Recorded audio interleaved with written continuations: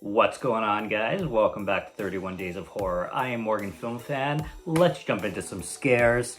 Flesh for Frankenstein was released in 1973. This is the Criterion Collection DVD, which is currently out of print. Yes, I am absolutely aware, of course, that Vinegar Syndrome put out a 4K of Flesh for Frankenstein, which I absolutely would pick up and do recommend for anybody who has not seen it. The thing is that happens a lot of times is that I'll notice Vinegar Syndrome releases that I never heard of, and other boutique labels as well, and then I won't have much interest in them because I won't know much about them, but then I find out later that they're amazing.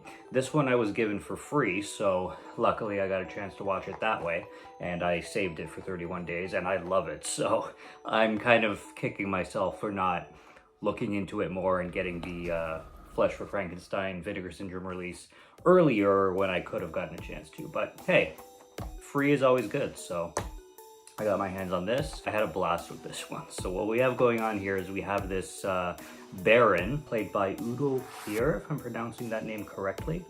And he's a German actor. This is, I don't know what kind of production. We got German actors in here. Apparently it takes place in Serbia. I'm not exactly sure where this was filmed, but it was directed by Paul Morrissey, if I'm pronouncing that name correctly as well. Udo Kier is the actor, the lead in here. So he's married to this woman named Catherine, if I'm not mistaken, and they live in a giant castle. This very much feels like a Hammer film, but it's not a Hammer film. You got the red blood and all that stuff. He's a scientist and he's experimenting in creating these living, he calls them zombies. He calls them zombies a few times. I don't even think the word Frankenstein is mentioned in this film at all, but he's creating these zombies and he wants to create a male and a female so they can mate with each other. He wants children for himself and he wants them bared by his own creation in his own hands. So he wants to create an Adam and Eve type zombies, as he says, and have them bear children for him. And he also has two children of his own already, a boy and a girl, with Catherine. They're very creepy children.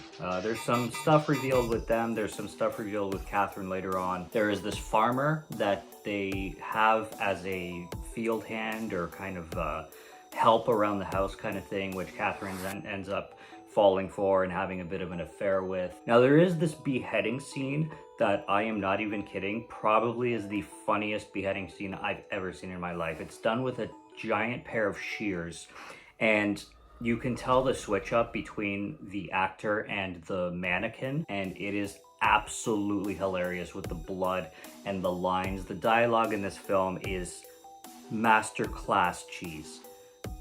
The script is just so hilarious, it's not even funny. I gave this a 4 out of 5. It was almost a 4.5 out of 5, and this is my favorite film that I've watched this 31 Days of Horror so far. There's great gore scenes. There's absolute ridiculous sex scenes. The strangest sex scenes I've seen in a long time, at least, maybe ever. You just got the most bizarre stuff going on with this. Udo Kier plays the most bizarre character. There's a lot of nudity in here. There's this one scene where the Baron and Otto is his like the Igor type character, his help, and him and Otto are trying to get the male creation to mate with the female creation. So they keep asking the female creation to kiss the male, and they're just looking down to see if he's getting a hard-on, and they just keep doing it. He's like, kiss him, what are you waiting for, kiss him. And his German accent is just, it enhances the craziness of the character. They're trying to get this guy to mate, but he's just not performing, and nothing's happening, and no matter how many times the female creation will kiss him. Man, at one point there's a scene where Otto starts to lick the scars of the female character and worship her body, but he really is into the scars. It's just really bizarre and kind of gross how he's licking the scar on the woman's belly. Like I said, you do get all kinds of gore scenes, but you can tell that they use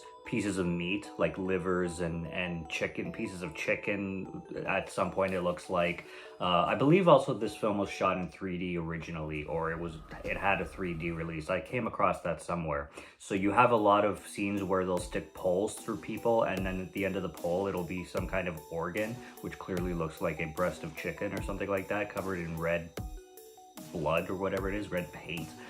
And it looks so hilarious, but it goes right to the screen because it's supposed to be 3D. So at least it's got its practical effects in this film, but it makes for some unintentional comedy and hilarity at the same time. And there's some crazy twists that happen in this film. I do like the ending. I like the whole climax and everything that has to do with it because of how bonkers it gets. And then I do like the last frame and how the film decides to leave things. This is a hidden gem if I've ever seen one, and I just had an absolute blast with Flesh for Frankenstein.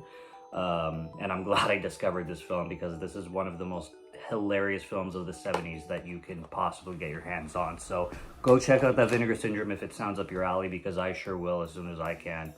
I want a better transfer of this, and I want to dive right into those special features. So Flesh for Frankenstein, day 14.